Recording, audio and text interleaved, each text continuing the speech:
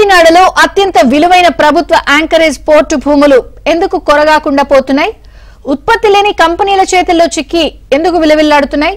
ఒక పక్క లీజు పేరుతో ఎప్పుడో కాలు చొక్కగా భూములను కొట్టేసిన కంపెనీలు వాటిని పోర్టు ఆధారిత కార్యకలాపాలకు వినియోగించకుండా అటు కోట్ల రూపాయలు లీజులు చెల్లించకుండా డ్రామాలాడుతున్నాయి.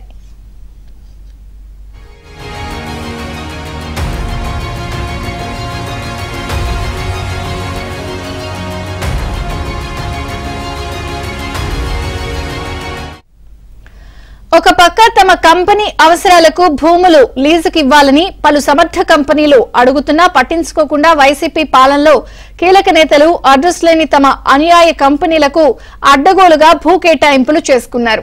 మాజీ మంత్రి చెల్లిపోయిన వేణు అనుచరుడి కంపెనీకి 5 ఎకరాలు కట్టబెట్టేశారు. ఆ కంపెనీ ఇప్పటికీ ఉత్పత్తే మొదలు పెట్టకుండా భూములను ఖాళీగా పెట్టింది. శక్తి గ్యాస్, ఈస్ట్ వెస్ట్ మెరైన్ తదితర కంపెనీలు ఎప్పుడో భూములు తీసుకుని ఖాళీగా ఉంచేశాయి. మరోపక్క గత వైసీపీ ప్రభుత్వం యాంకరేజ్ పోర్టు అభివృద్ధికి ఏమాత్రం సహకరించకపోగా ఏకంగా 388 ఎకరాల పోర్టు భూములు తాకట్టు పెట్టి 1500 కోట్ల రూపాయల అప్పు తెచ్చింది.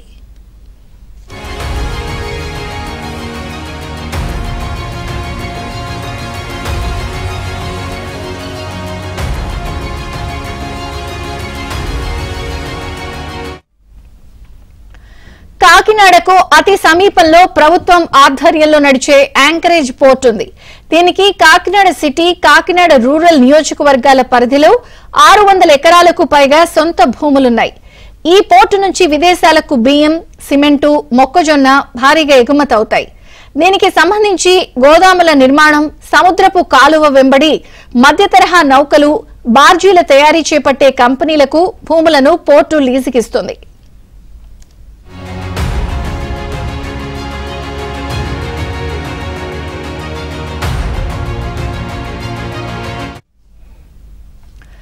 వీటిని వినియోగించుకుని ఆయా కంపెనీలు పోర్టు ఆధారిత కార్యకలాపాలు చేపట్టాలి. ఇలా ఇప్పటి వరకు జిఎంఆర్ 15 ఎకరాలు, ఈస్ట్ వెస్ట్ మెరైన్ కంపెనీ 8 ఎకరాలు, శ్రీశక్తి గ్యాస్ 6 ఎకరాల చొప్పున లీజుకు తీసుకున్నాయి. దాదాపు 12 నుంచి 15 ఏళ్లుగా గడుస్తున్నా ఈ కంపెనీల కార్యకలాపాలు ప్రారంభం కాలేదు. దీంతో ఆ భూములన్నీ నిరుపయోగంగా మారాయి. వాస్తవానికి కంపెనీలకు ఎకరాకు ఏడాదికి 3,19,000 రూపాయలు పోర్టు భూములు లీజుకు కేటాయించింది. కానీ ఈ కంపెనీలు లీజ్ చెల్లించకుండా మొండికేశాయి.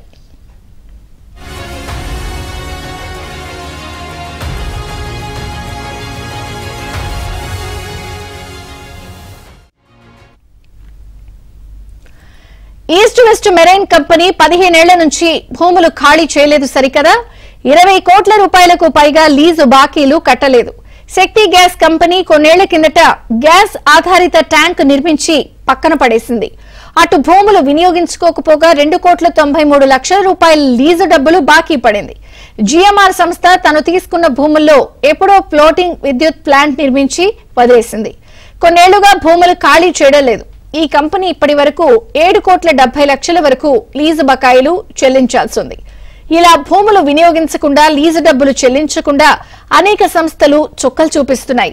ఆ భూములు లీజు రద్దు చేసి వేరొకరికి ఇవ్వాలని పోర్టు అధికారులు ప్రయత్నం చేశారు. అయితే సదరు కంపెనీలు గత ప్రభుత్వంపై ఒత్తిడి తేవడంతో వాటి జోలికి వెళ్లడం మానేశారు.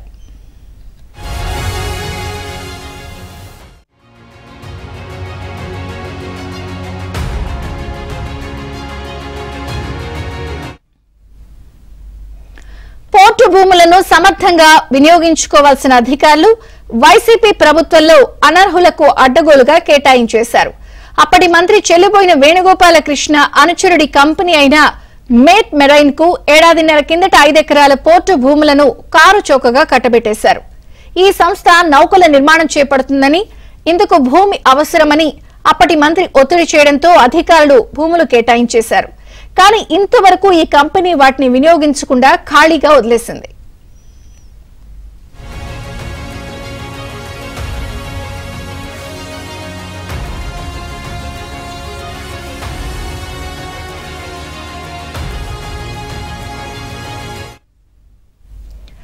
కాకినాడ పోర్టు భూములకు బయట అనేక కంపెనీల నుంచి డిమాండ్ భారీగా ఉంది. కానీ వీటికి కేటాయింపులు మాత్రం జరగడం లేదు. అటు ఇప్పటికే సమర్థంగా పనిచేస్తున్న కంపెనీలకు సైతం చాలినంత భూమి ఇవ్వడం లేదు. స్థానికంగా ఉన్న కొన్ని కంపెనీలు భారీగా ఉపాధి కల్పిస్తూ ఎకరన్నర స్థలాల్లోనే నౌకల నిర్మాణాలు చేపడుతున్నాయి. వీటికి ఏడాదికి ఎకరా లీజుకి ఏకంగా 11,75,000 రూపాయలు బాధేస్తున్నారు. దీంతో తమకు తగిన ప్రోత్సాహం లేదని చిన్న సంస్థలు వాపోతున్నాయి.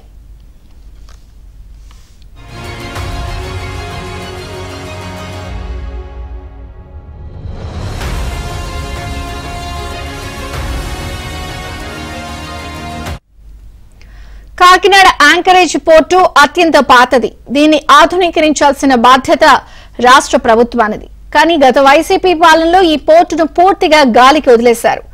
ఏటా కోట్ల రూపాయల ఆదాయం ఇస్తున్నా దీని ఆలనా పాలనా పట్టించుకోలేదు. పోర్టు భూములపై కన్నేసిన జగన్ ప్రభుత్వం గుట్టుగా 388 ఎకరాలు ఎస్బీఐకి తాకట్టు పెట్టేసి 1,500 కోట్ల రూపాయలు అప్పు తెచ్చేసింది. పోనీ ఈ అప్పుతో పోర్టును బాగు చేసిందా అంటే అది లేదు. ఇతర పోర్టులు హార్బర్లను అభివృద్ధి చేసే నెపంతో ఇక్కడి భూములను తాకట్టు పెట్టేయడం విశేషం.